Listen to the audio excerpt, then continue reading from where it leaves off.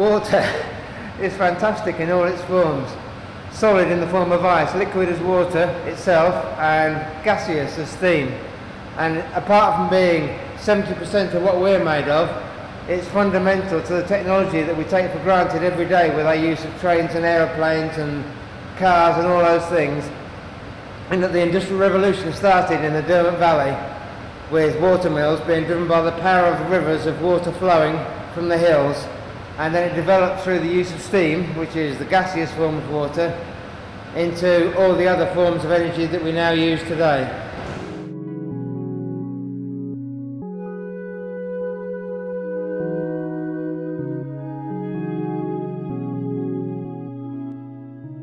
A major advent in water wheel technology came with the invention of the overshot water wheel, which this small specimen is an example of.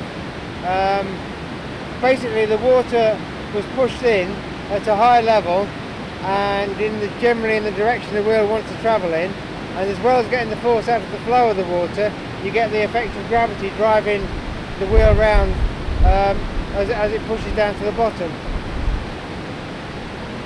This wheel, which was made by students at Ambergate School, mounted on this frame made by students at Watt Stanwell School, drives this horizontal drive shaft, as you'll see in a moment.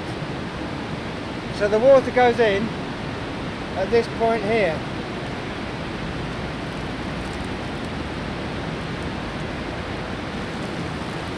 And fairly quickly it builds up quite a momentum in the wheel.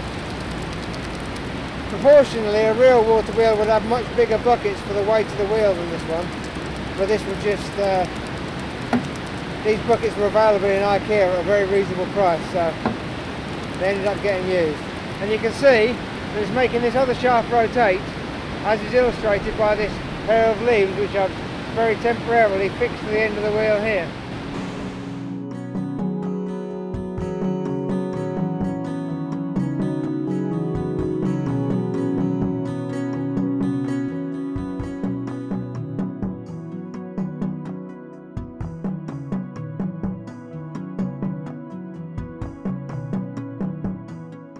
The world's first sock-based water wheel came from the fabulous stocking making machine in North Mill, and just talking to various people in Belper about what would be a good and funny thing to do, and somebody came up with a sock water wheel idea, and then it just became a technical problem of how can you do that. So that's what I had to work out. So we formed plaster bandage vague foot shapes over balloons, let them dry, applied socks over them with stainless steel hoops around the tops of the socks. All this stuff done with community groups and schools and things, and then smothered the whole lot in polyester resin, which makes it totally waterproof and hopefully resilient for a few years. Tried to cover all the socks in resin because I kind of figured that in the basement of Belper North Mill they might start to go mouldy otherwise.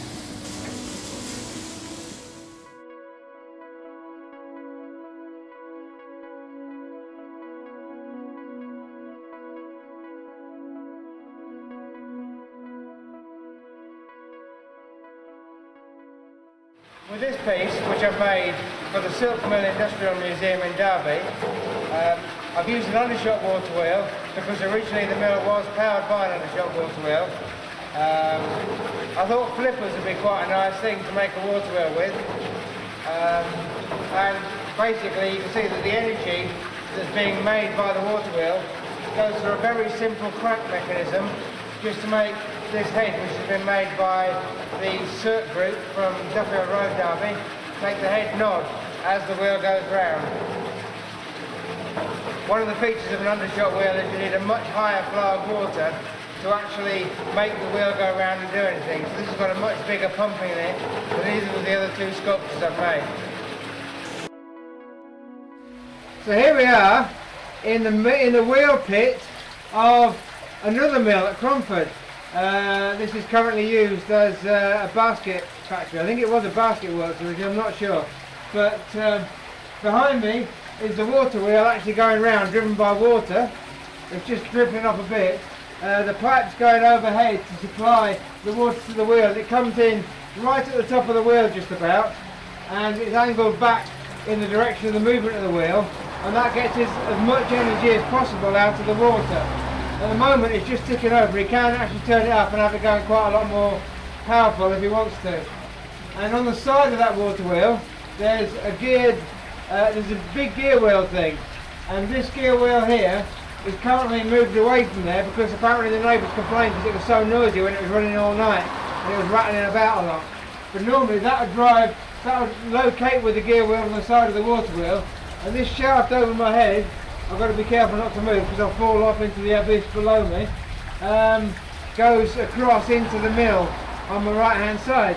And there would have been some other power takeoff thing here. There's another pulley here, but most of the power takeoff will have been on the inside. So drive belts would go around pulleys like that and drive all the machinery, like all the stuff that's at Masson and the stocking making machine at Belper and all that stuff like that.